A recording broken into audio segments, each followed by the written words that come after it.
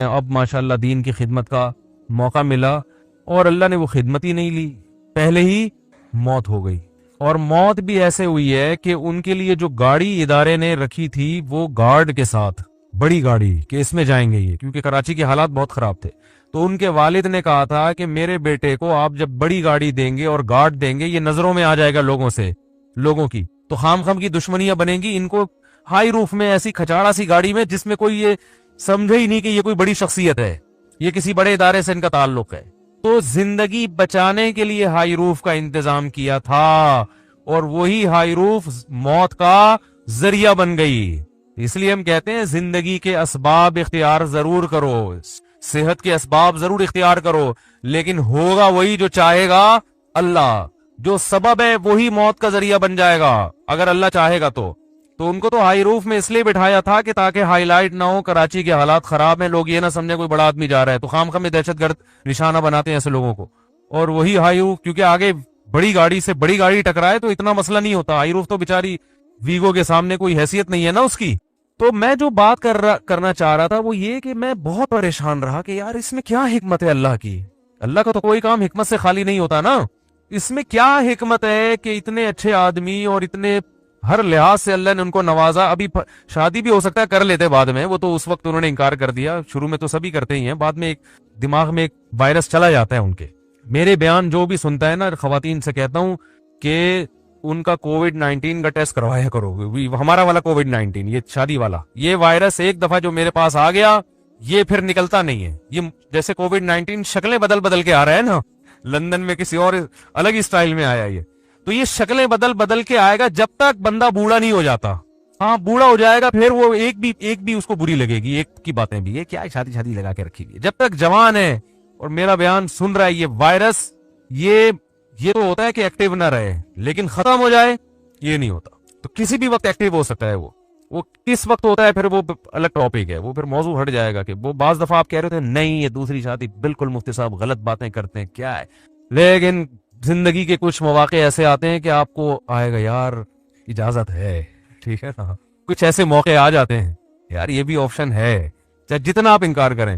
تو اب جب ان کی ڈیتھ ہو گئی میں پریشان، میں نے کہا اللہ اس میں تیری کیا حکمت ہے، تو مجھے جو جواب ذہن میں آئے نا، بہت بڑی حکمت یہ ہے کہ اللہ یہ بتانا چاہتا ہے کہ کوئی بھی کسی بھی ٹائم پہ مر سکتا ہے، بس یہی حکمت ہے، کسی خوش فہمی میں مبتلا ہونے کی ضرورت نہیں ہے کہ میں تو یہ ہوں، میرے تو بیانات دنیا سن رہی ہے، میرے تو فین فالوونگ بہت زیادہ ہے، ہم نے تو ابھی یہ کرنا ہے، اور آپ کا بزنس ایسا ہے، اور ابھی تو ہمارے بچے چھوٹے چھوٹے ہیں، ابھی تو اللہ تعالیٰ میری بیوی کو بیوہ نہیں کر سکتا، میرے چھوٹے چھوٹے بچوں کو یتیم نہیں کر سکتا، ابھی تو جناب میں نے جو ہے وہ پڑھائی مکمل کرنی ہے، اور پھر ابھی تو ایک سیمسٹر رہ گیا میرا، باقی سارے کمپلیٹ ہو گئے، ابھی تو میں MBBS ڈاکٹر بن گیا ہوں، 2 سال کی بس جاب رہ گئی، ہاؤس جاب، اس کے بعد تو مزے ہی مزے ہاؤس جاب ہو گئی ہے، اور بس اب تو کلینک کھولنی ہے، اور پھر جناب پیسے کمانے ہیں، اور یہ کرنا ہے اور وہ کرنا ہے۔